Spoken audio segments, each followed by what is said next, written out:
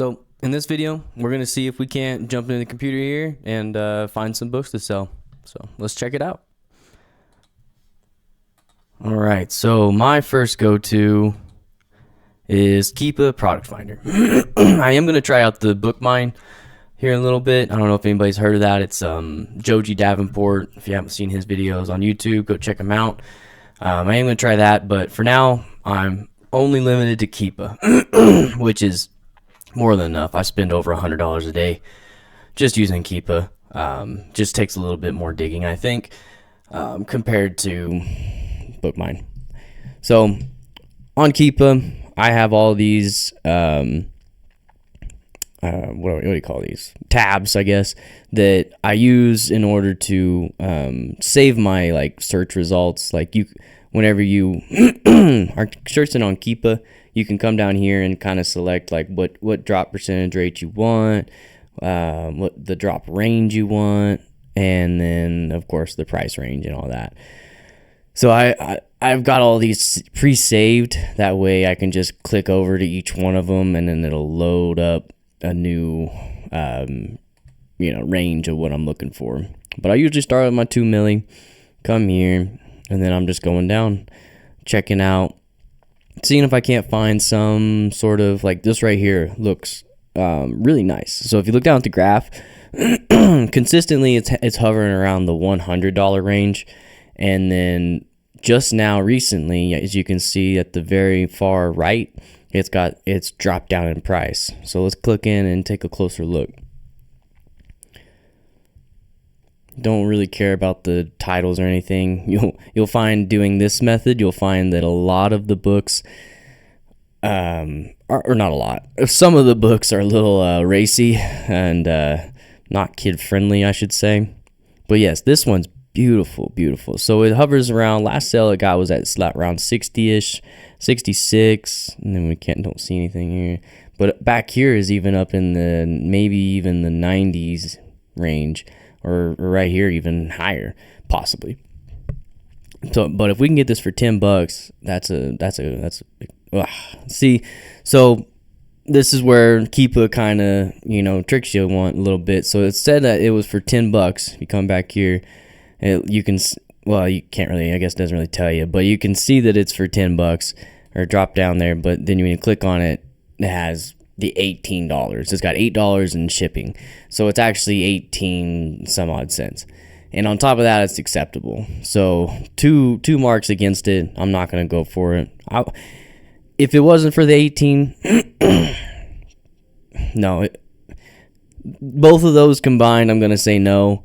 But if it was like a good, I would probably consider it. Since he's a 98% positive rating and 731 ratings, you could probably try the acceptable, but I'm just not gonna do it. I'm not gonna test the luck. It is a great book though, great buy. If this was a good one, if this was a good condition book, I would buy it all day. Because the price, it stays up there consistently too. Look at that. Oof. Another thing you can do is come over here, click eBay up top, and see if they're possibly, looks like everybody on here is already on it. Knows the value of it. So it's just a no-go for right now. I will track this though, because if it goes down below 10, all right, here we'll put, even 20 really. If it goes below 20, but we'll take out acceptable, so I don't get alerts for the current acceptable. Man, this is a tough decision. I kind of want to go for it, but I'm gonna say no just because it's acceptable and it's $8 of shipping, which $8 is kind of ridiculous. Usually it's like $3.99 or something. Might be coming over from across the way. Not too long, but I don't know. We're just gonna move on. Don't spend too much time on each book. The name of the game is to get through as many no's as you can to find the yeses. And a really good quick way that I do that is whenever I click on something, first I'll wait for the eligible to pop up, because that's really important. You want to be eligible to do it, to sell it. And then I'm going to come down here and I'm going to look. If this says anything that's ridiculously high, like this $20 is pretty high. See, $20 for 42. I'm not gonna double my money here. At $42, I'd get some money back. Let's see here. Let's put it in 20.78, and then we'll just put 42. So see, like I make $7. That's not horrible, but it's just something I'm going to avoid right now because the main reason is like there's not a whole lot of sales rank drops. Like it doesn't look like this book sells like a whole lot. So like if it was just like crazy, like all this was just a sea of green and stuff, then yeah, I would probably consider, going for it. But seeing how it's just not a high return on my investment, only 34%. There's just no reason to go for this book since it doesn't sell that much. So that's a pass for me. Everybody's criteria is going to be different though. If that's something that like you're like, man, I would go for that. $7 is $7. I understand. I would, if I had more capital, I would definitely be considering it. But my capital, it's flowing, but just not, the dam is there. It's not flowing like crazy. It's not a raging river. It's a slow trickle of a river right now. So we're working on that aspect of the business. Let's see here. 32 looks like Amazon sells at 73. You can never sell above Amazon. If you're looking to sell used anything or new, really, you're never going to be able to sell above Amazon. You can even see the new price is hovering just below Amazon. They're probably getting the buy box every now and then. But for some reason, this used price is hovering way above the Amazon price. So that tells me they're not getting any sales. Even these drops right here, probably people coming in, dropping off, not getting sales. I don't know why. I've seen this not quite a bit, a few times where the used price is above Amazon. I'm just like, you're not gonna get that. Like, so anytime you see like the used price above Amazon, go off of Amazon's price and be like, all right, Amazon's at 73. I could realistically sell this for probably 70, maybe. Because since it sells so much, you can squeeze up real close to that Amazon. If it was like that last book and only sold once or twice in the last year or 3 months, then you're going to have to go a little bit lower. Because, less eyeballs, less eyeballs on your product. The less people are going to be like, well, I'll save $1 or $2, buy it used. You're just not going to find that many people that are willing to save $1 or $2 to say, well, we'll see what we get. Because anytime you're buying used stuff, you just never know, man. Because what's good or acceptable to you is not to somebody else. You know what I'm saying? Like, man, I've seen some people sell some acceptable things with the cover just ripped in half. I'm just like, I would never send that in. Like, that would never be a thing. But, to each his own, I guess, in this aspect. Oof. This one is not bad. It's kind of high priced with shipping. Make sure it's not acceptable. It's very good. I like that. So it's going to be, what is that? 36, 37, 30. What it's going to be. So 37, 30, and it looked like one price was 127. Oops. So that's not bad. There is a new one, which is concerning. A newer edition.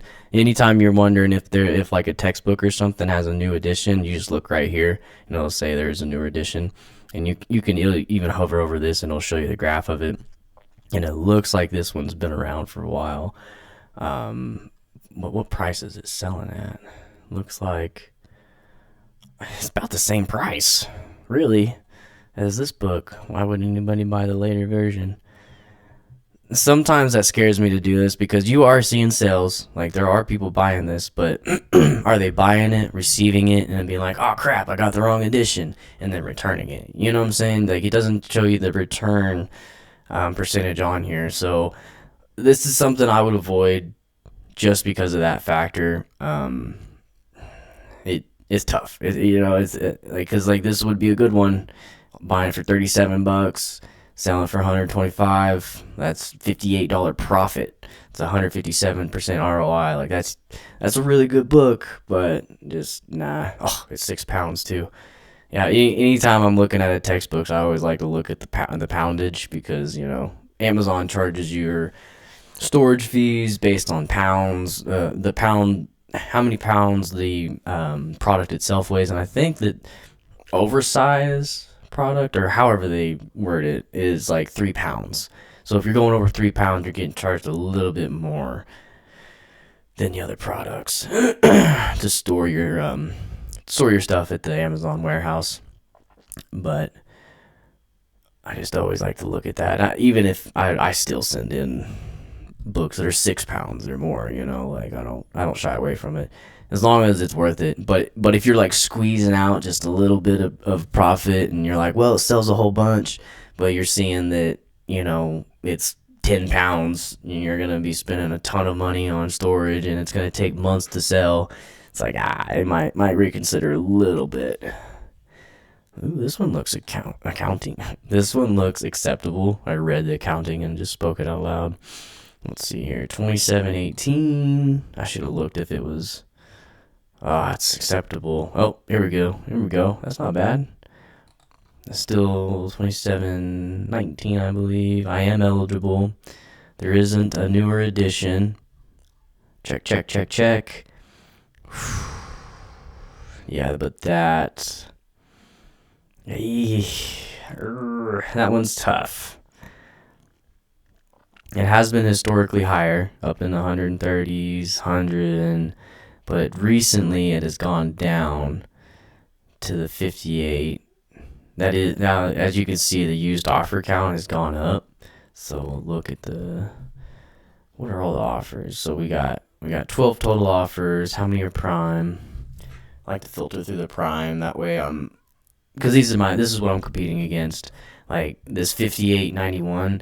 It's in order for me to sell above it, most likely it's gonna have to sell out before I can get my price at 100 or something that I price it at. And they got a good positive rating. They got more ratings than me, and it's like new, so they're gonna have the buy box before me. I bet you they have it right now.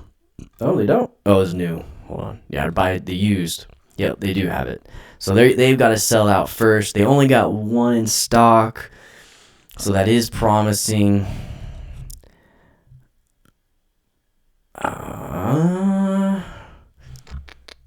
Let's see, 2020. This one's. I feel like this is a go, even though it hasn't really sold a whole bunch. It's definitely got some seasonality to it. So you can see like the green line kind of bunches up down here during the August time, and then again in January. So it tells me it's a college book. Let's see, like here, August, January,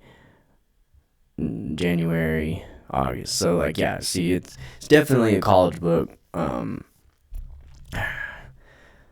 think I'm gonna go for it. I'm gonna go ahead and send it. Cause why not?